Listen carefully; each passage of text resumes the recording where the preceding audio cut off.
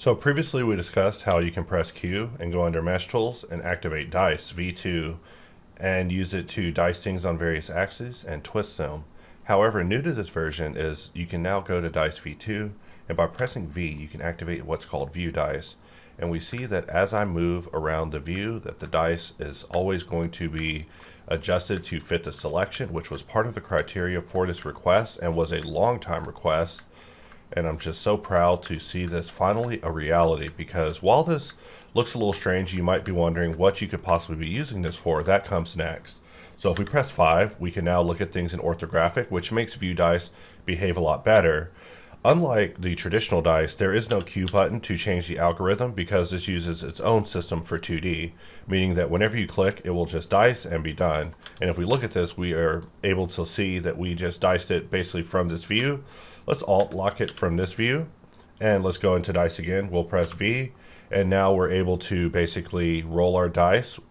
And the good thing about dice too is you can press tab and uncheck voxelize, and from there actually begin dealing with the sections that are showing in earnest instead of having to deal with them always being voxelized. But voxelization is definitely the intended way to be using this because we want perfect boxes whenever we're using dice.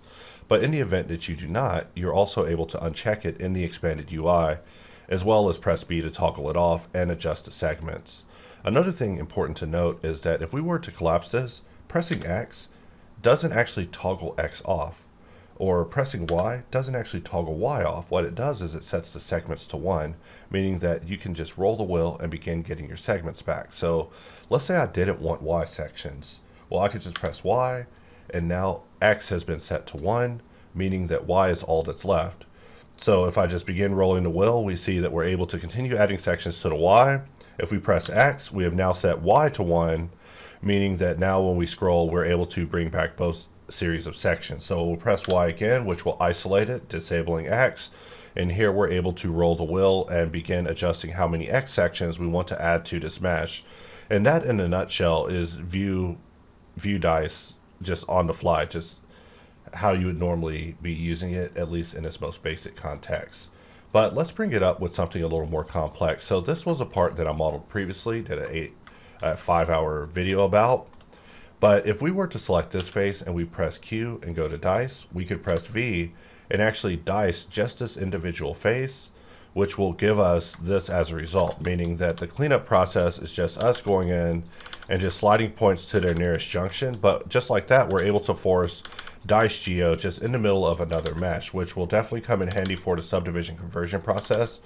When this feature was first added, I was immediately going to do a demo about it. However, for this particular event of subdivision, I've chosen to try to keep things more vanilla so we can appeal to more general users instead of everyone that's just using HardOps, but just a taste of what we have planned whenever it comes to dice. In fact, the next level of dice is already ready and I should probably just release it. However, for now, I just want to showcase, at least in a basic context, what we're going for with dice as far as topological replacement, because filling faces can be a little difficult, and even with grid fill, you have to ensure that you have the equal amount of sections. So being able to just go in and project the flow that you want and then just take it to the nearest destinations will definitely be highly reductive whenever it comes to keystrokes for this particular aspect of the process. So right now I'm using it in a very fast context, just kind of showing it in action.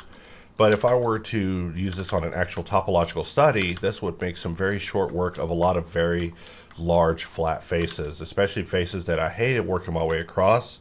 We now are able to just go in, select, press F in order to turn back into a singular face, and then from there just basically replace the geometry that we're looking at with our own flow. So this is just the beginning of the next level of dice, but something that I'm very excited to be showing you guys, because being able to just force geometry to be what you want is something that I consider to be impossible. In fact, just this morning I was having discussions about geometric replacement and the potential ways it could be done, and the correct answer actually turned out to be none of my answers, but it's something that we'll be talking about next week. But at least just showing what it offers, at least in terms of topological assistance, view dice is definitely going to become an instant classic. So with that, we will be coming back to revisit this topic, but just to show a little bit in action about what it means. In fact, we could select this whole area, and I'm just going to select these points, Control plus to grow, F, Dice, V, we'll just roll in, about that many sections. And we're already off to a much better start than what we were looking at before, especially when it comes to solving. All we have to do is just deal with the edges. But when it comes to these big flat faces staring us in the face, they are soon to become a thing of the past.